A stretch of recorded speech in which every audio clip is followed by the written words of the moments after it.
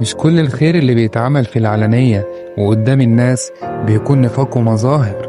ممكن واحد يكون بيظهر الخير علشان الناس تقتدي بيه وتعمل زيه، فياخد ثواب الدال على الخير كفاعله. مفيش حاجة اسمها الناس عرفت يبقى كده الثواب راح.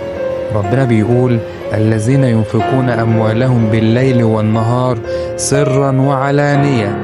يعني العلانية مش رياء اهو، لكن النية بتتدخل هنا بقى.